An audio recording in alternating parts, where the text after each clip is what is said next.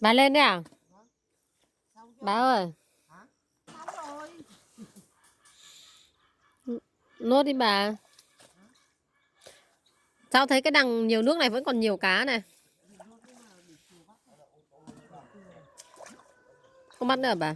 Đo cái gì đấy đây à em ơi? Dạ. Đo cái gì ấy? Đâu có đo gì đâu ạ. Đang ngắm bà bắt cá. Vâng ạ. Đâu Vâng bà ạ. bắt cá. Ngắm bà bắt cá.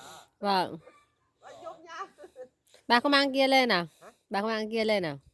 Mang gì? Đấy, Cái này á? cái lồng quạt đây. Lồng quạt đấy hôm nọ con trai tôi cho bắt cá đâu bỏ đấy. Cái chỗ này mà bắt kỹ được nhiều cá phết. Bà phải ngăn ra chứ. Dồn đúng vội ở cái ao trên bỏ xuống mà. Không, ngăn chỗ này này. Chứ cháu thấy đằng trên kia có nhiều cá này. Nhiều mà. Đây nó lấy được một ít rồi để chiều con gái trên nó lên nó lại bắt. Đấy, cái đằng ngăn ra một nửa. Ngăn nhỏ nhỏ nó còn dễ.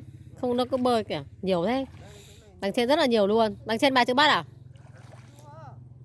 Bắt đúng lấy tí lấy mấy con để Thằng nào còn nhiều thế? Bắt đủ bữa là về à bà? Đấy, nhiều thế. nó còn đủ. Đấy.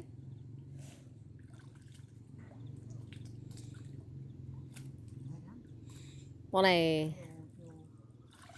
Nó lên nó gạn hết. cái này rán ngon này, rán giòn ngon này. Nó rán giòn. Bà có ăn được không? Không. Còn răng để ăn không bà? Con nhỏ nhỏ này rán thật giòn đi xong rồi cho vào măng đi. Vâng. Cho măng chua. Cho vào măng rang. Rồi nhà bà còn măng cơ? Đó. Măng mua. Mua đặt. Đặt nước kiêng rồi, đặt luôn rồi bảo nó xuống đây tuốt là con nào. Ở đây nhiều. Còn đây. Thôi thì chiều bắt đi. Bây giờ chẳng bắt. Xong chưa? Rồi bà. Sao bà mang ủng đi mà có thấy đeo đâu? Ủng sâu lắm. Nhưng mà tôi đeo nó lắm hết. Phải đeo cái ủng đi cấy ấy, nó mới cao được. Cấy lên đây này. Vâng.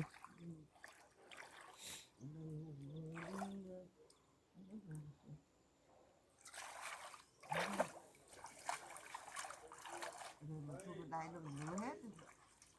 Ngứa. Nhiều cái đủ mà ngứa. Thế thôi. Chiều bắt nốt ăn.